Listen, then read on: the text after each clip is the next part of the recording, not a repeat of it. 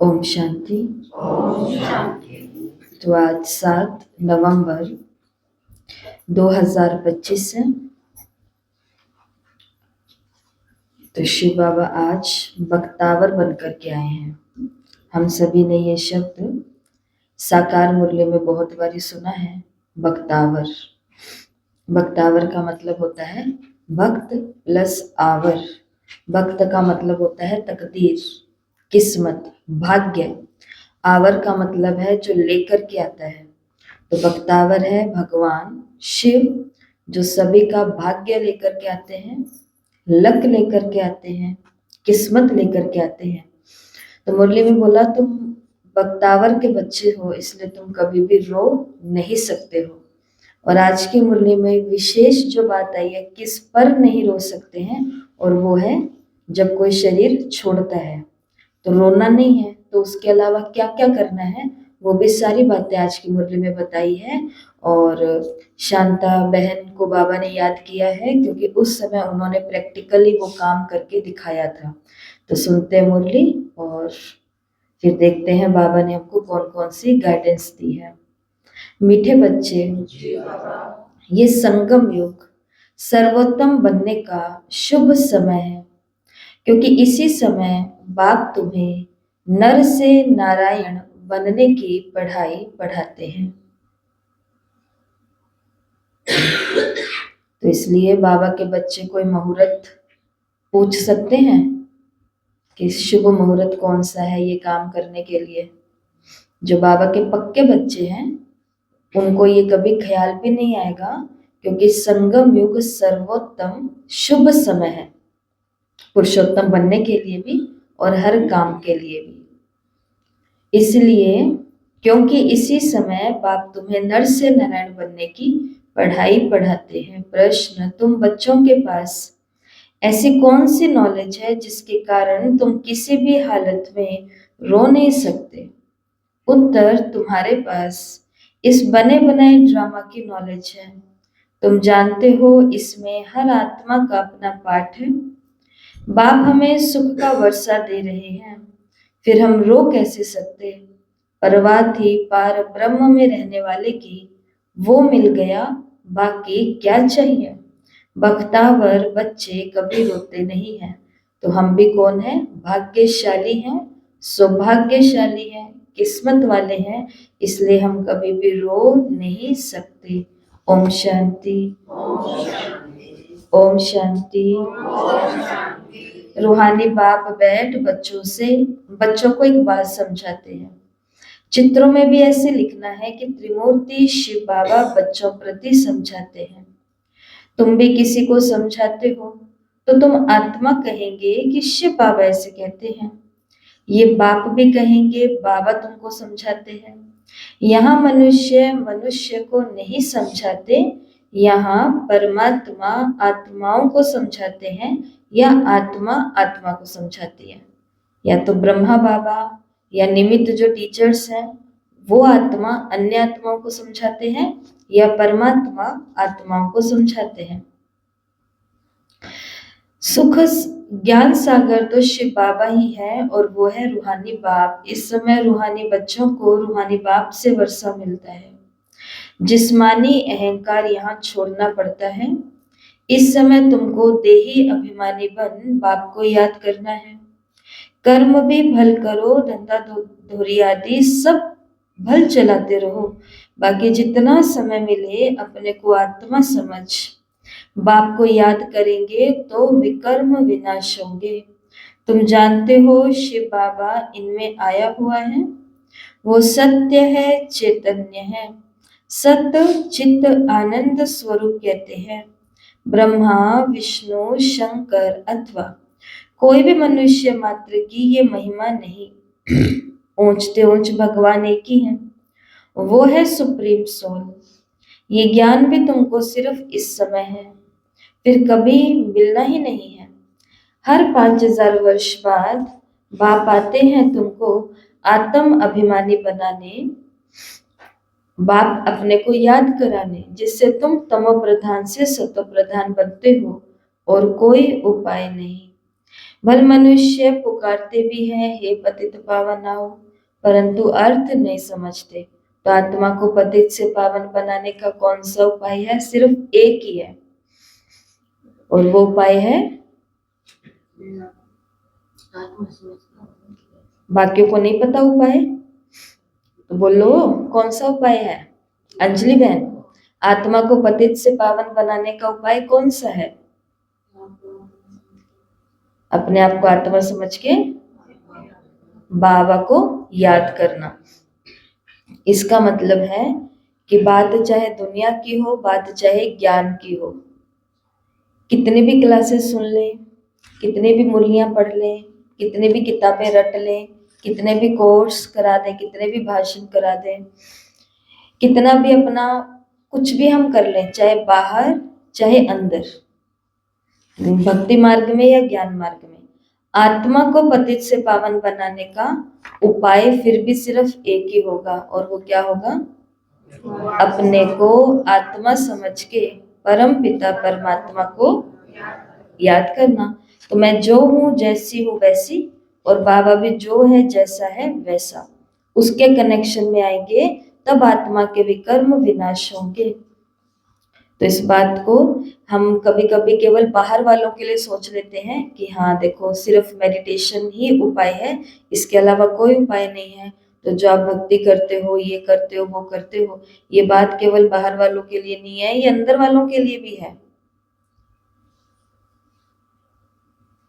और कोई उपाय नहीं है, भल मनुष्य पुकारते रहे, हे पतित पावन आओ, परंतु अर्थ नहीं समझते। पतित पावन सीताराम कहें तो भी ठीक है। तुम सब सीताएं अथवा भक्तियां हो, वो है एक राम भगवान। तुमको भक्ति, तुम भक्तों को फल चाहिए भगवान द्वारा। मुक्ति व जीवन मुक्ति ये है फल। मुक्ति जीवन मुक्ति का दाता एक बाप भी है। ड्रामा में ऊंचते ऊंच पाठ वाले भी होते हैं, तो नीचे पाठ वाले भी होते हैं। ये बेहद का ड्रामा है, इसको और कोई समझ न सके। तुम इस समय तमो प्रधान कनिष्ठ से सतो प्रधान पुरुषोत्तम बन रहे हो। सतो प्रधान को ही सर्वोत्तम कहा जाता है। इस समय तुम सर्वोत्तम नहीं हो, बाप तुमको सर्वोत्तम बनाते हैं। ये ड्रामा का चक्र कैसे फिरता रहता, इसको कोई भी जानते नहीं। कलयुग, संगम युग, और फिर होता है सतयुग। पुराने को नया कौन बनाएंगे? बाप बिगैर कोई बना न सके।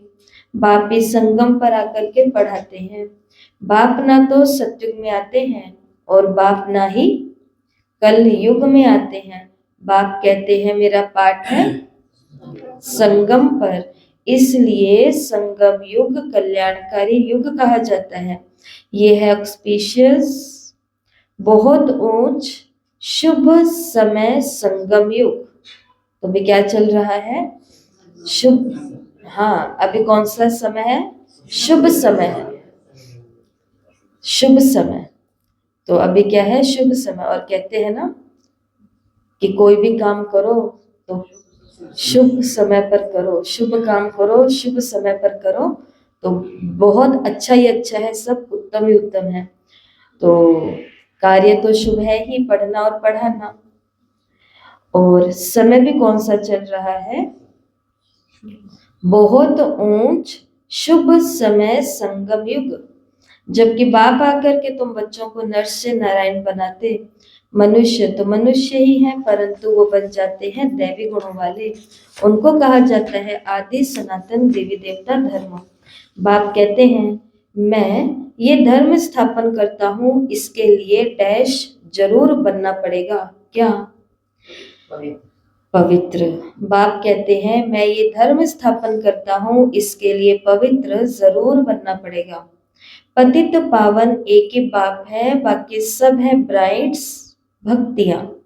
पतित पावन सीताराम कहना भी ठीक है, परंतु पिछाड़ी में जो फिर रघुपति राघव राजा राम कह देते हैं, बाबा ने कहा वो रोंग हो जाता है। मनुष्य बिगर अर्थ जो आता सो बोलते, धुन लगाते रहते। तुम जानते हो चंद्रवंशी धर्म भी अब स्थापन हो रहा है। बाप आकर के ब्राह्मण कुल स्थापन करते, इनको डायनेस्टी नहीं कहेंगे, ये परिवार है। यहाँ ना तुम पांडवों की ना कौरवों की राजाई है। गीता जिसने पढ़ी होगी उनको ये बातें जल्दी समझ में आएंगी। ये भी है गीता। कौन सुनाते हैं?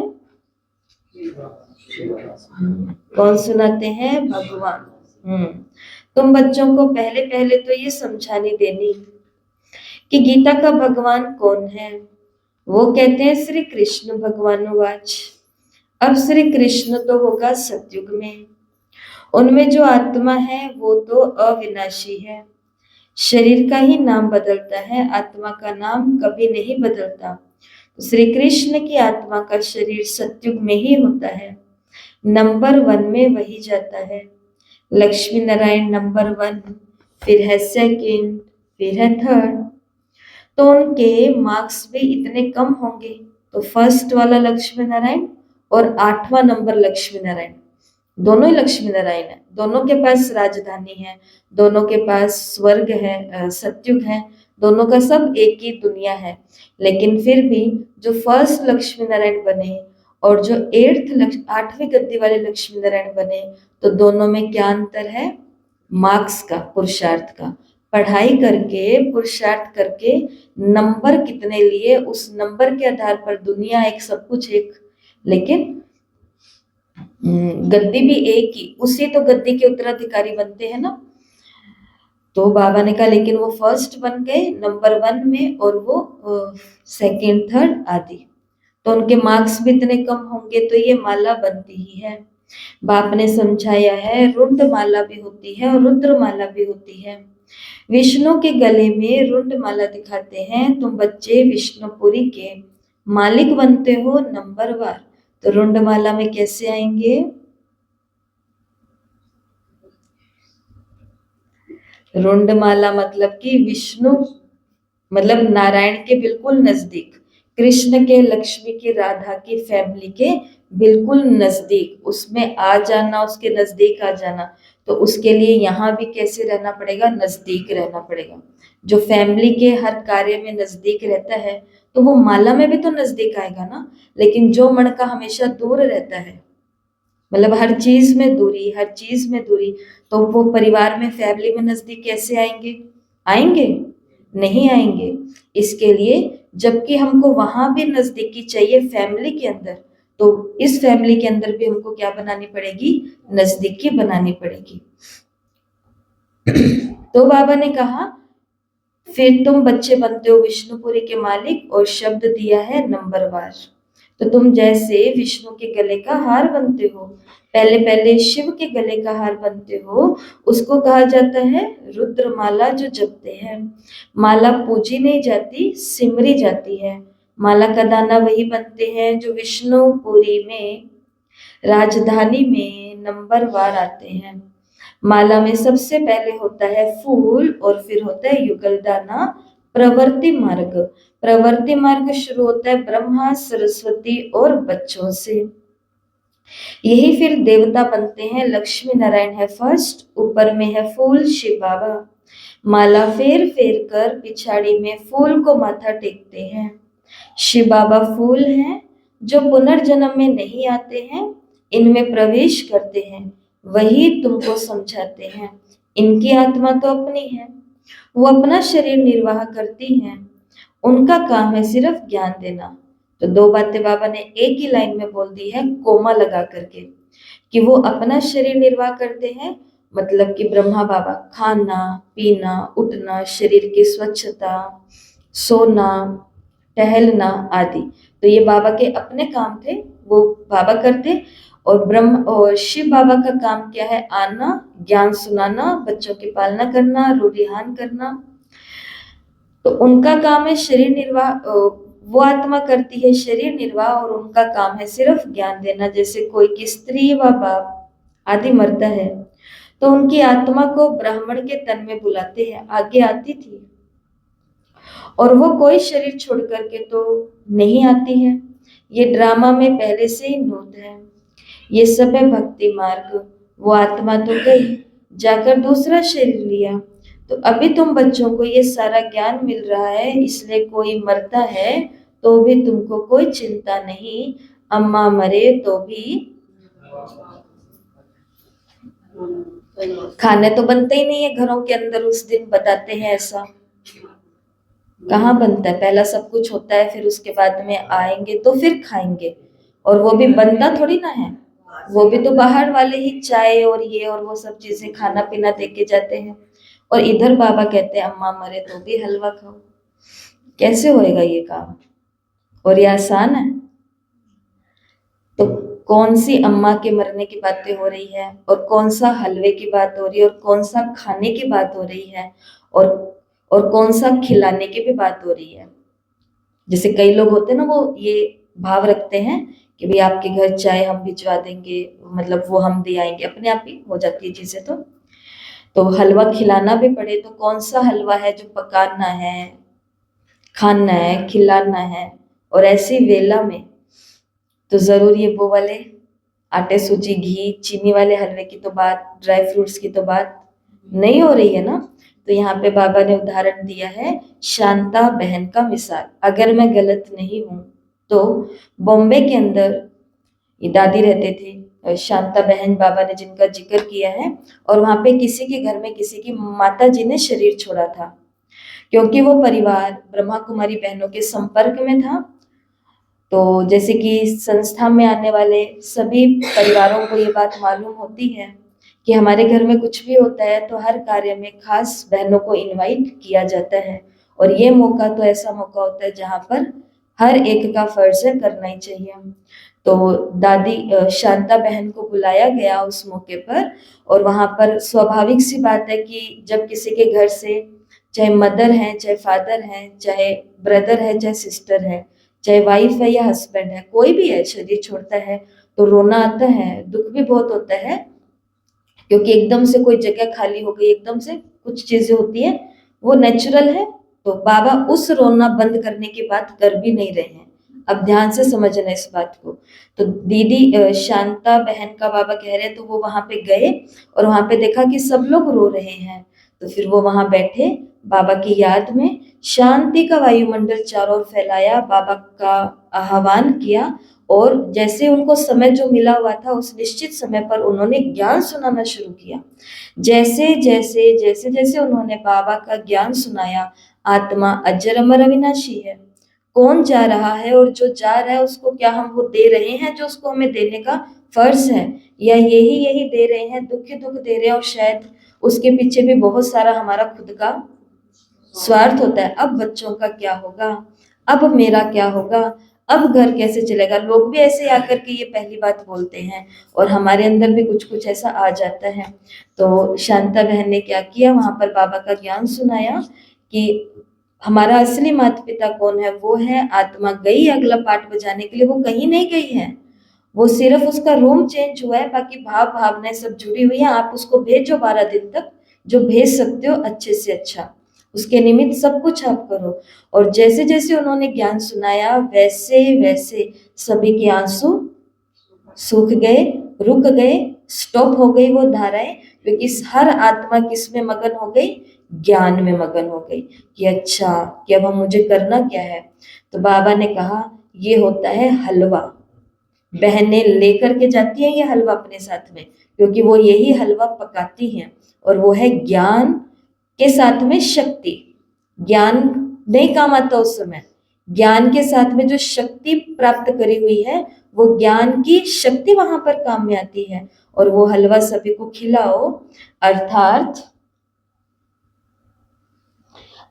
अम्मा मरे तो भी हलवा खाओ। इसका मतलब है ये रोने की दरकार नहीं, क्योंकि आत्मा अमर है। ये वो बहन वहां पर समझाती है डिटेल में। लेकिन बाबा ने ये एक बात कही है, ड्रामा बना बनाया हर आत्मा अपना पार्ट बजा रही है, इसके ऊपर वो पूरा 1 घंटा प्रवचन करती है।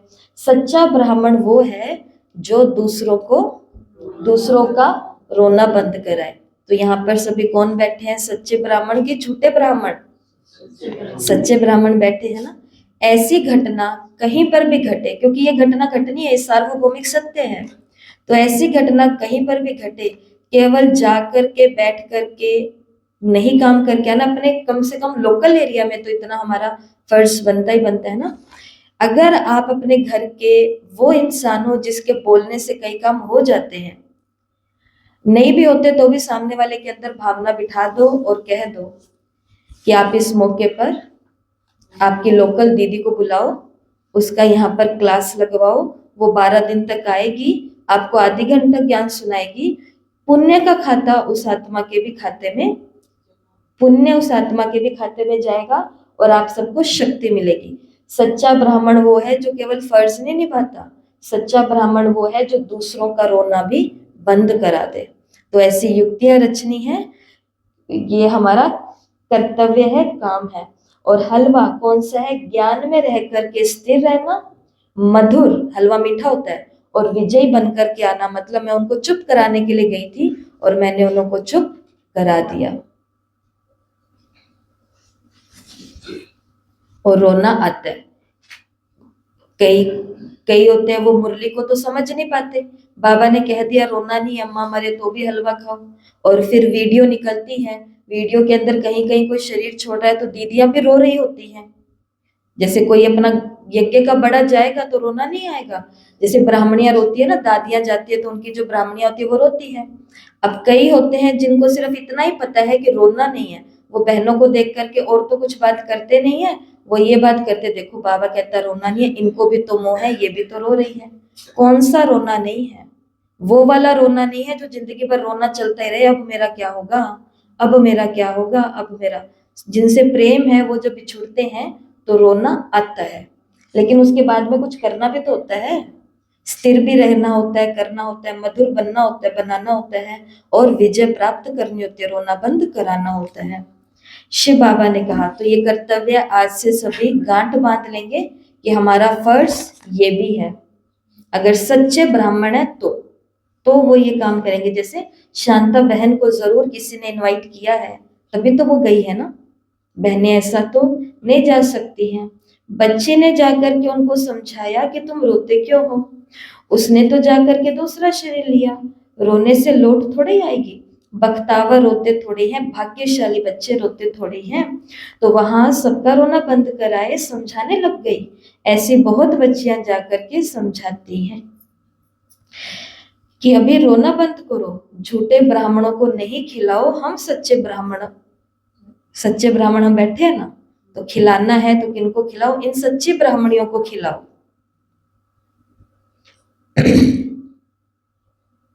हम सच्चे ब्राह्मण को ले आते हैं, फिर ज्ञान सुनने लग जाते हैं, तो सच्चे ब्राह्मणों को लेके जाओ, ब्राह्मणियों को, और उनको बोलो जिनके घरों में लेके जा रहे हो कि आप उनको खिलाओ। फिर वो कहेंगे पर ब्रह्मा कुमारियां तो किसी की हाथ का खाती नहीं है, तो फिर हमें बताना पड़ेगा कि खिलाने के बहुत तरीके होते हैं।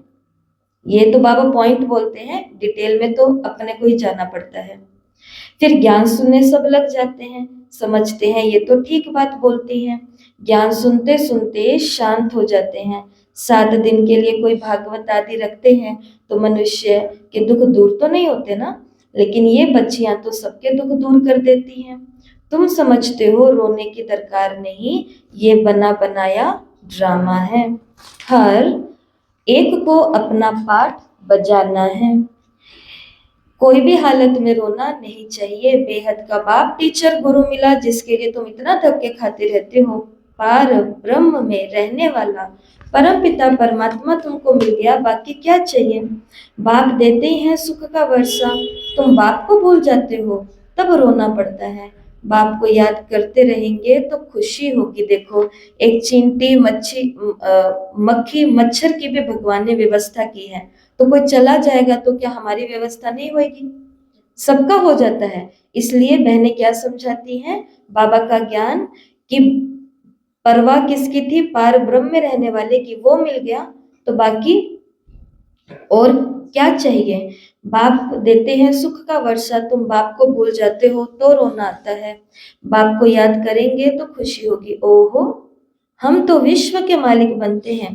फिर 21 पीढ़ी कभी रोएंगे नहीं, 21 पीढ़ी अर्थात पूरा बुढ़ापे तक अकाले मृत्यु होती नहीं।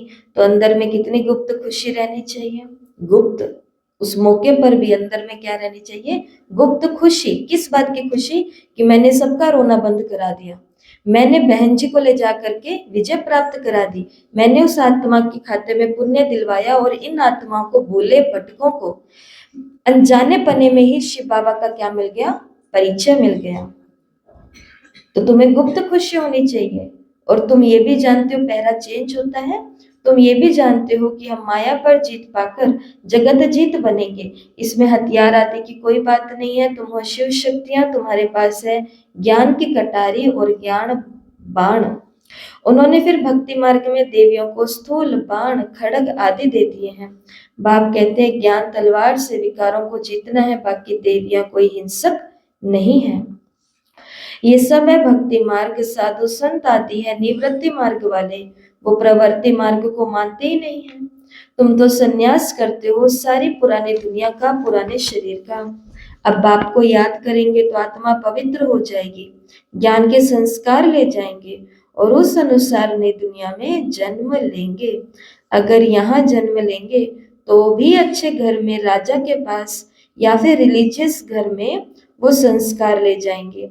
सबको प्यारे लगेंगे, कहेंगे ये तो देवी है। श्री कृष्ण की कितनी महिमा गाते, छोटेपन में दिखाते हैं माखन चुराया, मटकी फोड़ी, ये किया। कितने कलंक लगाते हैं। अच्छा, फिर श्री कृष्ण को सांवरा क्यों बनाया?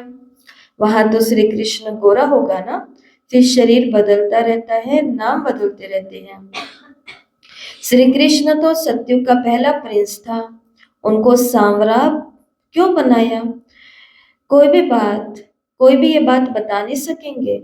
वहां सांप आदि होता ही नहीं है जो काला बना दे। यहाँ जहर चढ़ जाता है तो काला हो जाता है, नीला हो जाता है ना जहर से। वहां तो ऐसी बातें हो न सके।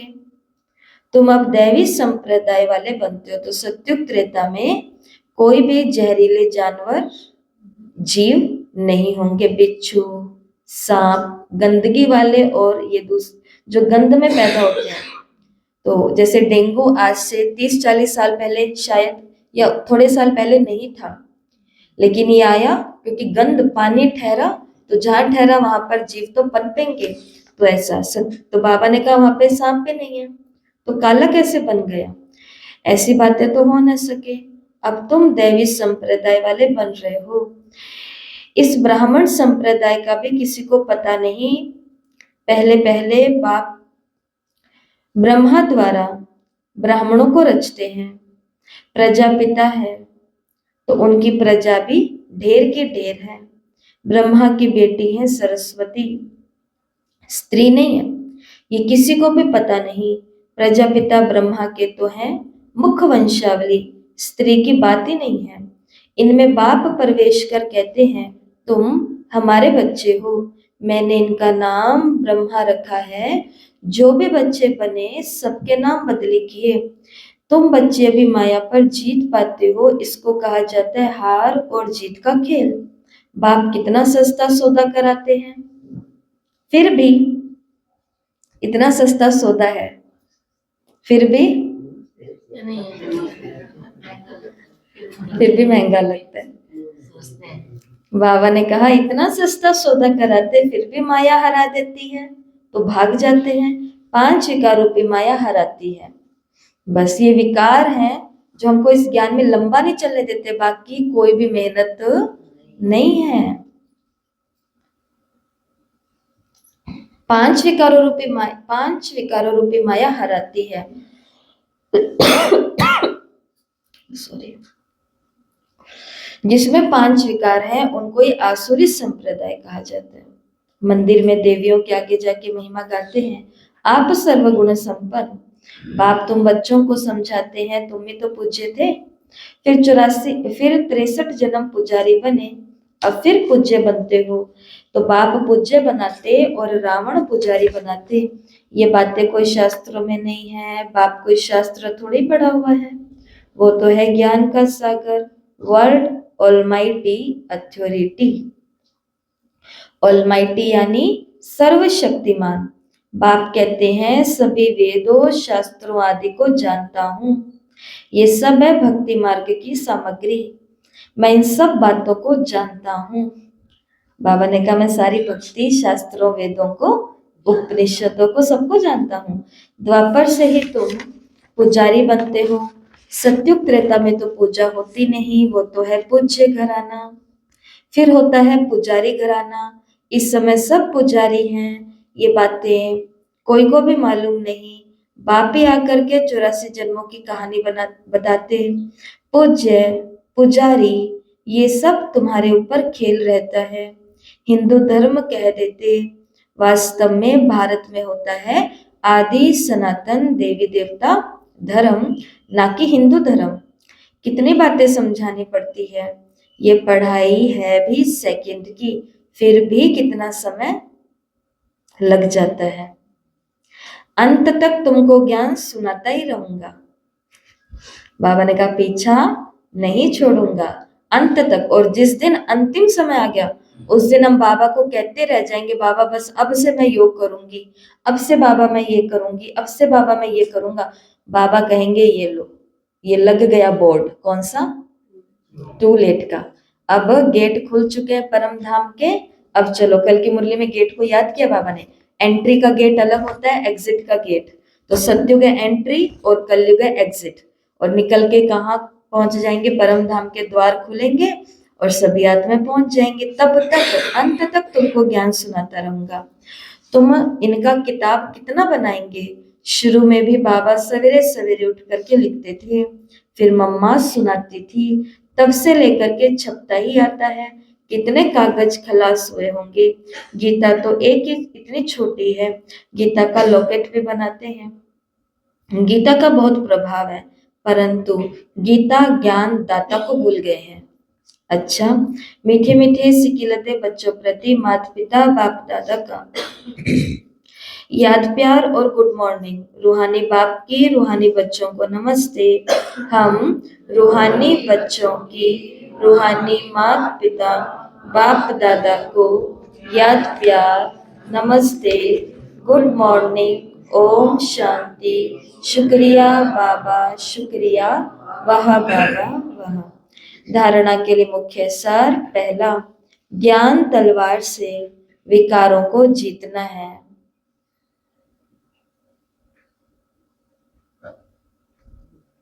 विकार हमको जीतते उससे पहले हमें विकारों को जीत लेना है। ज्ञान तलवार से विकारों को जीतना है। ज्ञान के संस्कार भरने हैं।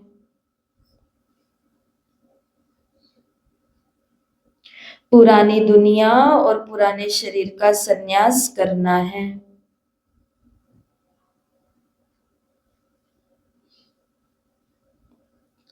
दूसरा, भाग्यवान बनने की खुशी में रहना है। किसी भी बात की चिंता नहीं करनी है। कोई शरीर छोड़ देता है तो भी दुख के आंसू नहीं बहाने हैं।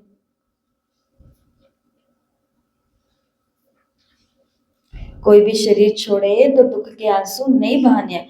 उस समय भी अपना टारगेट ध्यान रहे। जैसे हमको याद है कि हम एक घर में गए थे, वहां पर बच्चे ज्यादा बड़े नहीं हैं, छोटे ही हैं, और वहां की लेडी ने, माँ जिसके ऊपर पूरा घर टिका हुआ था, उसने शरीर छोड़ा। बेटी आई हुई है और वो 2-3 दिन हो गए वो अपने रूम से बाहर नहीं निकली। कोई खाना पीना, अपने बच्चे को संभालना, कुछ भी नहीं। वो बस ऐसे सुन्न अवस्था के अंदर ना रो रही है, बैठी है अपनी माँ के दुख के अंदर। तो थर्ड डे हम उनसे मिलने के लिए गए, तीसरे दिन हम उनसे मिलने के लिए गए, हम और अंजू बहन मिलने के लिए गए। तो मैं तो बस उनको दृष्टि दे रही थी, बाबा की शक्ति दे रही थी, तो मैंने तो कुछ बोलना उस समय समझा नहीं सही। तो फिर ये उन्हों को बोल रहे थे बाबा का ज्ञान जो आप सभी सुनाते हैं, हम सभी सुनाते हैं कि भाई वो आत्मा बहुत अच्छे कर्म करके गई है तो अच्छी जगह जाएगी, आप ऐसे नहीं करो, आप अपना ख्याल रखो, उनको भी दुख होएगा। नहीं तो वो देख रहे हैं सब कुछ, पर उसको कुछ नहीं समझ में आ रहा था, नहीं आ रहा था। करते करते ऐसे ही इन्होंने बोल दिया, बाबा की याद में बोला कि क्यों नहीं आप यहाँ पर दीदी का कोर्स रखवा लेते। आपके सब बाहर से इतने रिश्तेदार आए हुए, घर का माहौल ही बना हुआ है, उस आत्मा के निमित्त ज्ञान रखवा लो, तेरे अंदर शक्ति आ जाएगी। उसको, मैं वहीं बैठी थी, मैं साक्षी उस रूम के अंदर, उसको कुछ भी हलचल नहीं हुई, लेकिन एक ही बात पर हलचल हुई, और वो बात ये थी कि मम्मी के पीछे मुझे ज्ञान की क्लास लगवानी है। और देखो घर की बेटी जो शादीशुदा है, जो दूसरे घर में जा चुकी है, घर में जितने भी आदमी हैं, बहनें हैं, माताएं, औरतें हैं, दोपहर के समय हम तो बोल करके आ गए, मिल करके आ गए, जो करना था वो करके आ गए। फोन आता है कि आज शाम से लेकर के फलाने दिन तक दीदी को रोज भेजना है ज्ञान सुनाने के लिए, और उन्होंने घर ज्ञान की क्लास लगी। मैं नाम नहीं ले सकती, परंतु उस ग्रुप के अंदर एक अपने शहर की बहुत वीआईपी आत्मा बैठी थी। वो आत्मा आज तक बाबा के प्रति भावना रखती है। मैं उसको नहीं जानते थे, हम लोग उनको। वो आत्मा उसी समय उस वेले निकली ज्ञान में। भीड़ के अंदर कोई ऐसा भी बैठा होता है जो आगे बाबा के यज्ञ की सेवाएं अनेक भीड़ों की करवा सकता है। आई समझ में बात? तो ये हमारा अनुभव, ऐसे बहुत सारे अनुभव हैं, लेकिन उस समय भी अपन को दुख वाला तो कम, और उस समय मेरा कर्तव्य क्या है मुझ ब्राह्मण का, वो वाला जरूर याद रखना होता है। ठीक है, ये होती है ज्ञान की तलवार, ज्ञान के संस्कार। और आज प्यारे बाबा ने हमें वरदान दिया है ये विजय का। कंट्रोलिंग पावर द्वारा एक सेकंड के पेपर में पास होने वाले पास विद ऑनर भाव। कंट्रोलिंग पावर द्वारा एक सेकंड के पेपर में पास होने वाले पास विद ऑनर भाव। अभी अभी शरीर में आना, अभी अभी शरीर से न्यारे बन, अव्यक्त स्थिति में स्थित हो जाना। जितना हंगामा हो उतना स्वयं की स्थिति अति शांत हो। इसके लिए समेटने की शक्ति चाहिए। एक सेकंड में विस्तार से सार में चले जाएं और एक सेकंड में सार से विस्तार में आ जाएं। ऐसी कंट्रोलिंग पावर वाले विश्व को कंट्रोल कर सकते हैं। बढ़ाना भी आता हो और बढ़े हुए को समेटना भी आता हो। और अगर इस मुरली के वरदान की डिटेल जाननी है तो जिस मुरली से ये वरदान आया है, बाय चांस आज वही मुरली हम चिंतन करने वाले हैं। 27 मार्च 1982। कैसे विस्तार को सार किया जाता है, कौन सी 6 बातें जिसका हमने बहुत विस्तार कर दिया है और जिसको अब समेटना पड़ेगा ही। बाबा ने कहा क्योंकि यही आत्मा फिर क्या कर पाएंगी, विश्व को कंट्रोल कर पाएंगी। यही अभ्यास अंतिम में एक सेकंड के पेपर में पास विद ऑनर बना देगा। वर्द स्लोगन, वानप्रस्थ स्थिति का अनुभव करो और कराओ तो बचपन के खेल समाप्त हो जाएंगे। बड़े हो गए ना अब हम सभी, तो बाबा ने कहा वानप्रस्थ स्थिति का अनुभव करो और कराओ तो बचपन के खेल समाप्त हो जाएंगे।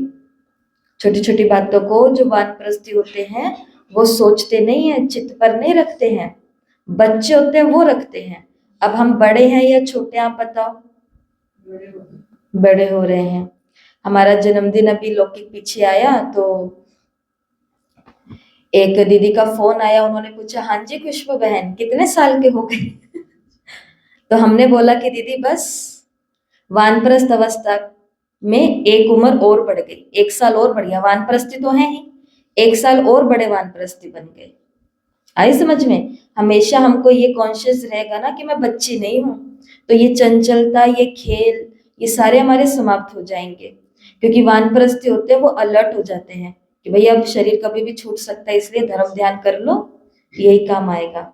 और आज का स्वमान, मैं वानप्रस्थी हूँ। 21 बारी लिखो कम से कम, अधिक से अधिक जितना आप लिखना चाहें। मैं वानप्रस्थी हूँ, मैं वानप्रस्थी हूँ। अव्यक्त इशारे, विदेही बनने में हे अर्जुन बनो। अर्जुन की विशेषता, सदा बिंदी में समृद्धि स्वरूप बन विजयी बना। ऐसे नष्टो मोह समृद्धि स्वरूप बनने वाले अर्जुन, सदा गीता ज्ञान सुनने और मनन करने वाले अर्जुन, ऐसा विदेही जीते जी सब मरे पड़े हैं, ऐसी बेहद की वैराग्य वृत्ति वाले अर्जुन बनो। तो कौन सा अर्जुन बनना है? विदेही बनने वाला अर्जुन। सबसे पहले मैं, बिंदी रूप में रहने वाला अर्जुन, नष्टो मोह बनने वाला अर्जुन, गीता ज्ञान सुनने और अपने जीवन में धारण करने वाला अर्जुन, और सब मरे पड़े हैं ये वैराग्य वृत्ति सदा रखने वाला अर्जुन बनो। ओम शांति। और सभी के लिए गुड न्यूज है, आज से फिर से 21 दिन की तपस्या शुरू हो गई अमृत वेले की। अमर भव के वरदान बहुत अच्छे रहे हैं। आज की अव्यक्त मुरली में एक सुंदर सा अनुभव सुनाऊंगी, कल ही कोई सुना के गई है। और आज से पहला अमृत वेला शुरू हो गया, अगले 21 दिन तक चलेगा। तपस्या एक ही है, पवित्र भव का वरदान। अमर भव का वरदान कंप्लीट किया, अब हम पहुंचे हैं पवित्र भव के वरदान पर। तो आज की इस वीडियो के डिस्क्रिप्शन बॉक्स के अंदर उस ग्रुप का लिंक भेज दिया जाएगा, जिस ग्रुप में डेली सुबह 4 बजे से लेकर पौने 5 बजे तक अमृत वेला होता है। तो जो भी जुड़ना चाहें वे जुड़ सकते हैं। ओम शांति।